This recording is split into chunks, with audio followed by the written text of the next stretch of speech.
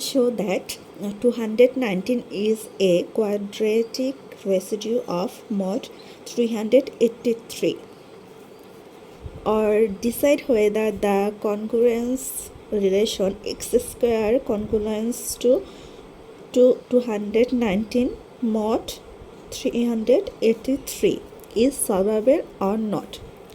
এখন এখানে বলা হয়েছে রেসিডিউ, যদি রেসিডিউ হয় তাহলে এই এই পুরাটার মান আসবে গিয়ে 1, আর যদি নন রেসিডিউ হয় তাহলে মান আসবে -1। এই সমতাটা যখন +1 হবে তখন এটা সলভেবল হবে, আর যদি -1 হয় তাহলে এটার কোনো সলিউশন থাকবে না। তো আমরা এটা এখন সলিউশন করি, দেখি কি হয়। 219কে আমরা 3 দ্বারা ভাগ করলে 73 পাই, 3 and 73। 383 is an odd prime number। তো আমরা এটা কীভাবে লিখতে পারি, 219/383কে আমরা এই যে 219কে আমরা 3 into 73 ভাঙায় লিখলাম। তারপরে এটাকে আমরা আলাদা আলাদাভাবে লিখতে পারি। এখানে a/b যদি কোনো সংখ্যা হয়, নিচে যদি প্রাইম নাম্বার থাকে, তাহলে আমরা এটাকে আলাদা করে লিখতে পারি a/p/b/p। এটা লেজেন্ডের একটা থিওরাম। দেন যেহেতু 383 এবং 3 দোনোটাকেই যদি আমরা 4 দিয়ে ভাগ করি তাহলে উভয় ক্ষেত্রে আমাদের ভাগশেষ থাকে 3। যেহেতু আমাদের উভয় ক্ষেত্রে ভাগশেষ 3 থাকে এবং আমরা 4 দ্বারা ভাগ করেছি, তো এইটাকে যখন আমরা উল্টাইয়া দিব তখন এইটা আমরা মাইনাস হয়ে যাবে। এই সূত্রটা হচ্ছে এরকম, a/p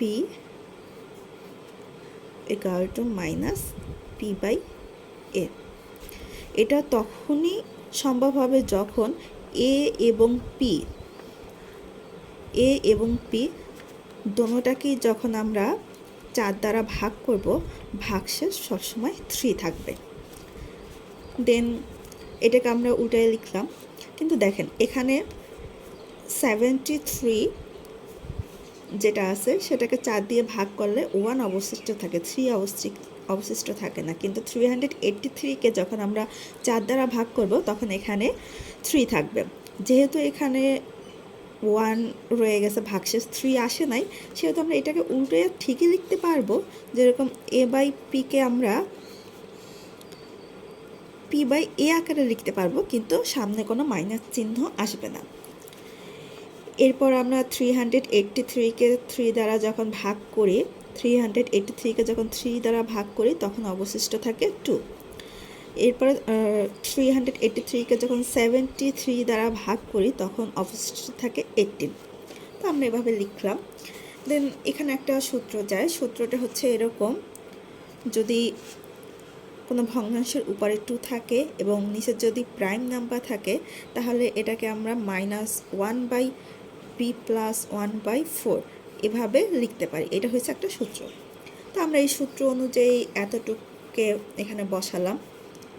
এই যে এখানে মাইনাস চিহ্ন ছিল দেখে মাইনাস চিহ্নটা আসছে, আর এই যে মাইনাস চিহ্ন এটা হচ্ছে আমাদের সূত্রের মাইনাস। এরপর এই 18কে আমরা 2 into 3² লিখতে পারি। এটা হয় যে 2 into 3 into 3, এখানে 2 into 3², দুইটা 3 একত্রে লেখা হয়েছে।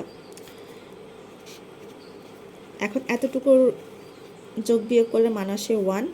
এখন এটাকে আমি আবার ভাঙাইয়ে লিখব।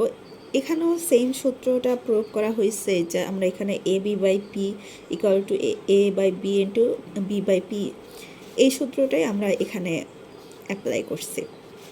করার পরে এই মাইনাস প্লাস এখানে -1 -1, তো দুইটা মিলে হয়ে যায় +1। এখানে +1টা আমি লিখে নিই, যেহেতু 1 দিয়ে গুণ করলে 1ই হয়ে যাবে। 2/73, এখানে 2 নিচে হচ্ছে প্রাইম নাম্বার, তো আমরা এই সূত্রটা প্রয়োগ করছি, সেম সূত্রটা আবার প্রয়োগ করছি। আর এখানে হচ্ছে কোনো একটা সংখ্যার স্কোয়ার যদি থাকে, নিচে যদি প্রাইম নাম্বার থাকে তাহলে এটার মান আমরা 1 লিখতে পারি। সো এটার মান আমরা এখানে 1 লিখলাম। এটাকে যোগ বিয়োগ করার পর -1 থাকে। আমরা কি জানি 1-এর উপর যদি